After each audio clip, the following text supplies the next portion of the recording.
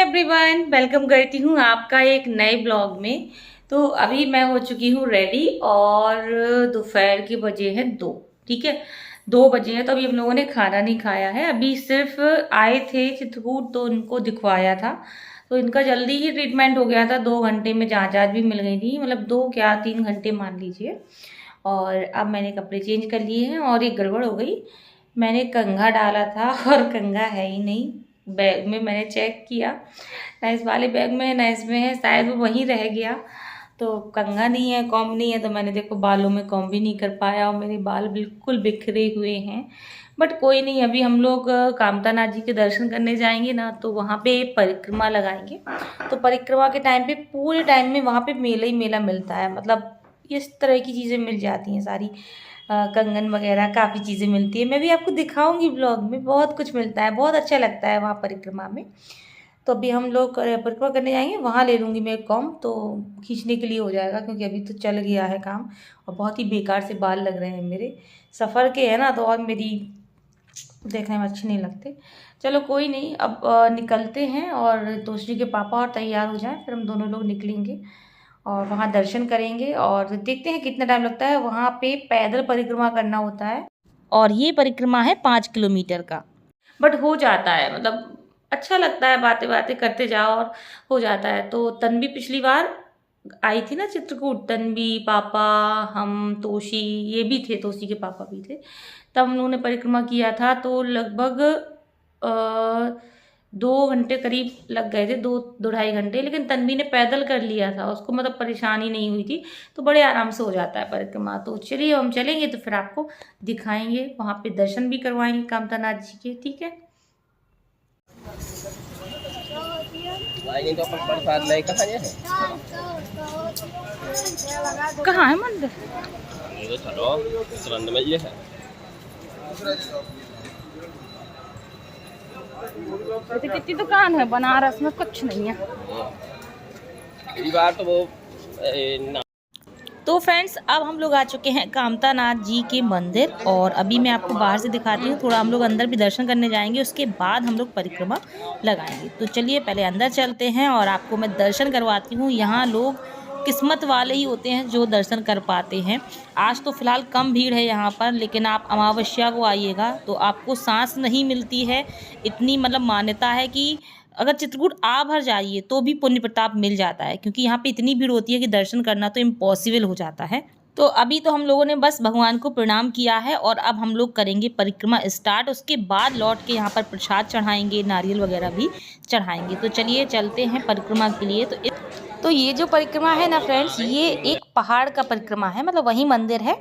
तो जो 5 किलोमीटर के एरिया में है, तो मतलब इस साइड से जाएंगे हम लोग मंदिर के और जब आएंगे वापस तो दूसरी तरफ से आएंगे। ठीक है, तो यही परिक्रमा है और इनकी परिक्रमा में बहुत अच्छा लगता है। मतलब ये देखिए, दिखा रही है ना, ये पहाड़ है सारा, जो जंगल जंगल दिख रहा है ना, ये पहाड़ है। और यहाँ पर आपको साइड्स में प्रसाद मिलेगा, लोग छोटी छोटी चीज़ें बेचते हुए नजर आएंगे। और बंदर तो जाने कितने दिखते हैं, बहुत बंदर मिलते हैं रास्ते में।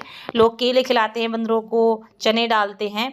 तो जिन लोगों को नहीं पता कि चित्रकूट में एक्चुअल में है क्या, तो उनको मैं बता दूं कि रामचंद्र जी अपने 14 वर्ष के वनवास में गए थे ना, तो 11 वर्ष उन्होंने यहीं पर बिताए थे, कामदगिरी नदी के पास में। ठीक है, तो यही चित्रकूट में, मतलब यहीं पर, तो इसीलिए यहाँ पर उनका मंदिर है। सीता जी की जो रसोई है, कहाँ खाना बनाती थी, मतलब सब कुछ वही चीज़ें हैं। तो यहाँ उन्होंने अपने वनवास का 11 वर्ष का समय बिताया था। तो आप समझ सकते हो कि कितना मतलब यहाँ पर पवित्र मंदिर है, उनकी आस्था कितनी लोगों की है यहाँ पर। तो ऐसा नहीं है, यहाँ पर बहुत मतलब फेमस मंदिर है ये, ऐसा नहीं, आप गूगल पर सर्च करिएगा तो हमारे तो पास में ही पड़ जाता है, 2.5-3 घंटे की रास्ता है करीब। तो यहाँ पर ऐसी मानता है कि लोग आते हैं तो उनकी मन्नत पूरी होती है। अमावस्या के दिन तो ऐसी भीड़ लगती है कि आफत ही हो जाती है दर्शन करना। तो आज मैं ना 9वें दिन आई हूँ, नवरात्रि के 9वें दिन। ठीक है, और यहाँ पर काफ़ी पैर मतलब 5 किलोमीटर का परिक्रमा था, तो कई जगह तेज़ी से धूप भी थी, तो पैरों में थोड़ा सा जलन भी हो रही थी। बट एक श्रद्धा आ जाती है परिक्रमा करने की, जब भगवान के लिए हम कोई काम करते हैं। बट गर्मी बहुत तेज़ है, वैसे तो इतनी गर्मी नहीं कहेंगे, लेकिन जैसे परिक्रमा करो या धूप में चलो तो ज़्यादा तेज़ लगती है। और मेरे पैरों में ना छोटे छोटे से कंकड़ चुभ रहे हैं बहुत तेज़ी से। और यहाँ से 3 सेट लगे हुए हैं, इसका मतलब यूपी लग गया है। इसके थोड़ी सी दूरी पर चलने पर यूपी लग जाता है। माँ की मंदिर जो है एमपी में आता है। तो लगभग आधा परिक्रमा हम लोगों ने कर लिया है और काफ़ी रिलैक्स है। योगी जी ने काफ़ी अच्छे टीनिंग सेट लगवा दिए हैं और मैंने पानी ले लिया है। रास्ते भर यहाँ पे सब कुछ खाने को मिलता भी है, ऐसे भूख वूख लगे तो वो सब भी आप खा सकते हो। मतलब सारी फैसिलिटीज़ गवर्नमेंट ने करवाई है, जिनके छोटे बच्चे हैं या बुज़ुर्ग लोग हैं तो इस तरीके से सभी उनके लिए व्यवस्थाएँ हैं यहाँ। अब हम लोगों ने सुबह से कुछ भी नहीं खाया था, तो यहाँ पर एक शॉप मिली है तो थोड़े से हम लोग कुछ खाएँगे। तो यहाँ पे चाउमीन दिख रहा है तो थोड़ा सा चाउमीन खा लेंगे। आप लोग सोच रहे होंगे परिक्रमा करने गई हैं कि खाने गई हैं, लेकिन नहीं, ऐसा कुछ नहीं है। यहाँ पे परिक्रमा बस भगवान का मतलब मान्यता है कि परिक्रमा करना है और थोड़ा बहुत भूख लगाई है तो थोड़ा बहुत खाएँगे, तब तो एनर्जी आएगी, तब तो परिक्रमा कर पाएँगे। ठीक है, तो यहाँ पर थोड़ा सा हम लोग खा पी के अब वापस परिक्रमा करेंगे, फिर भगवान के दर्शन करेंगे। और देखिए कितना बढ़िया साइड में मेला वगैरह लगा हुआ है। तो अभी मैं लूँगी आगे चल के बच्चों के लिए ब्रेसलेट वगैरह, यही सब चीज़ें हैं। बाकी तो सब घर में इतना भरा पड़ा है कि समझ में ही नहीं आता क्या लें क्या ना लें। तो इस तरह से साइड में देखते भी जा रहे हैं, जो अच्छा लगेगा तो ले लेंगे।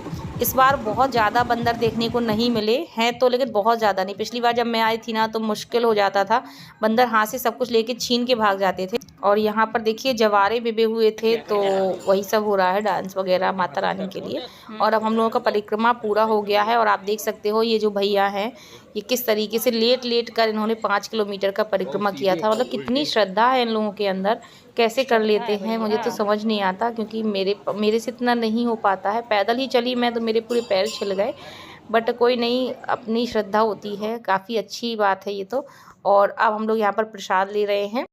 तो ये कामदगिरी का प्रसाद है, यानी कि कामता नाथ जी का। और अब थोड़े से फूल ले लेते हैं और चलेंगे मंदिर में। अब मैं आपको अच्छे से दर्शन भी करवाऊंगी भगवान के, ज़रूर करिएगा। आप अगर वहाँ जा नहीं सकते तो आपको यहीं से अपनी मन्नत मांगनी है। और अगर यूट्यूब में काम कर रहे हैं तो ज़रूर मन्नत मांगिएगा कि हम भी आपकी दर पे आएंगे, हमें सफल कर दीजिए यूट्यूब पर। क्योंकि मैं बहुत इन चीज़ों को मानती हूँ, भगवान को बहुत मानती हूँ। और सच मानिए जब भी मैं चित्रकूट आती हूँ तो मेरे साथ तो चमत्कार ही होते हैं। अब बस यहाँ पर हम लोग अगरबत्ती लगाएंगे और नारियल फोड़ेंगे। तो ये है फ्रेंड्स कामता नाथ जी की जो प्रतिमा है, जो उनकी मूर्ति है। दर्शन जरूर करें और अपनी मन्नत मांगिएगा, भगवान आपकी सारी मनोकामनाएं पूरी करेंगे। अब हम लोग जा रहे हैं गुप्त गोदावरी। वहाँ एक ऐसी गुफा है जहाँ नदी निकलती है और मतलब गुफा के अंदर ही पानी भरा रहता है। उस नदी से होते हुए अंदर दर्शन करने जाया जाता है। तो वहाँ जाना मुझे बहुत ही अच्छा लगता है, सुकून सा मिलता है और सारी थकान दूर हो जाती है मेरी। वहाँ मतलब आप जितने भी थके होंगे ना, सब खत्म हो जाता है, थकावट दूर होके बहुत ही अच्छा लगता है दर्शन करके। लेकिन अब इन लोगों ने एक सिस्टम बना दिया है कि आपको गुप्त गोदावरी गुफा में जाने से पहले एक दूसरी इन लोगों ने पहाड़ को काट करके गुफा बनाई है, वहाँ जाना पड़ेगा, तभी आपको वहाँ पे एंटर करने को मिलेगा। और अब मुझसे बिल्कुल सीढ़ियाँ नहीं चढ़ी जा रही हैं, बहुत तेज़ दिक्कत हो रही है, हाँफी आ रही है ज़ोर से, बट यहाँ जाना पड़ेगा। और ये गुफा इतनी कंजेस्टेड है कि अंदर घबराहट होती है जाने में, बट फिर भी जाएंगे। मैं भी दिखाऊंगी जितना दिखा सकती हूँ। तो वैसे यहाँ पर मोबाइल से वीडियो शूट करना मना है, बट मैंने फिर भी थोड़ी सी क्लिप बना ली थी। अब मैं आपको दिखाती हूँ। ये सारी पहाड़ को काट के अंदर पूरा एरिया है ना, इस सबको कटिंग करके बनाया गया है, ये देखिए।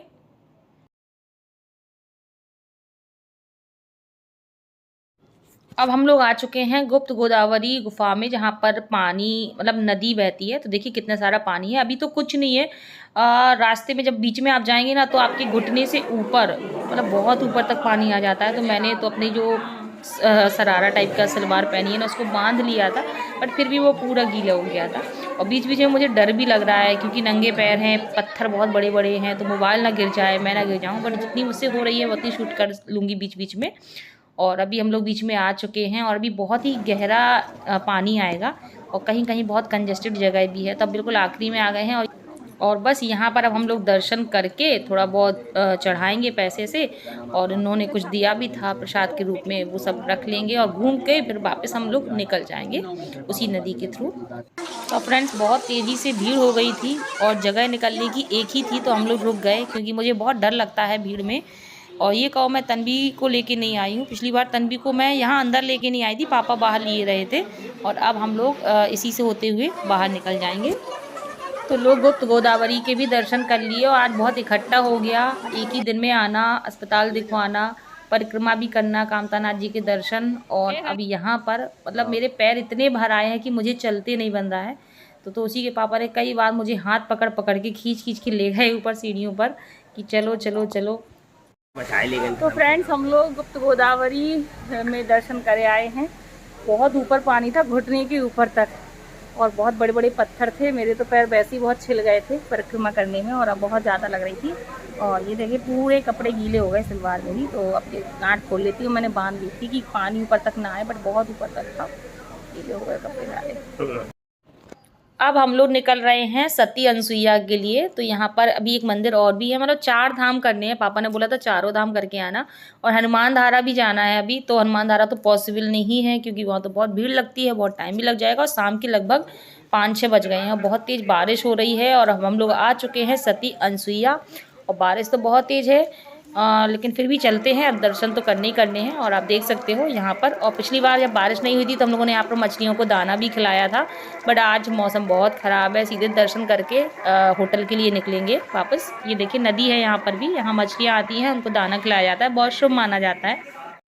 तो यहाँ काफ़ी बड़ा मंदिर है, और देखिए किस तरह से यहाँ पर प्रस्तुति की गई है मूर्तियों के माध्यम से। ये देखिए हनुमान जी हैं, रामचंद्र जी हैं, मतलब उन्हीं की सारी झांकियाँ दिखाई गई हैं। और थोड़ा मंदिर नहीं है, अभी ऊपर 2nd फ्लोर पे भी है, 3rd फ्लोर पे भी है, मतलब बहुत बड़ा मंदिर है।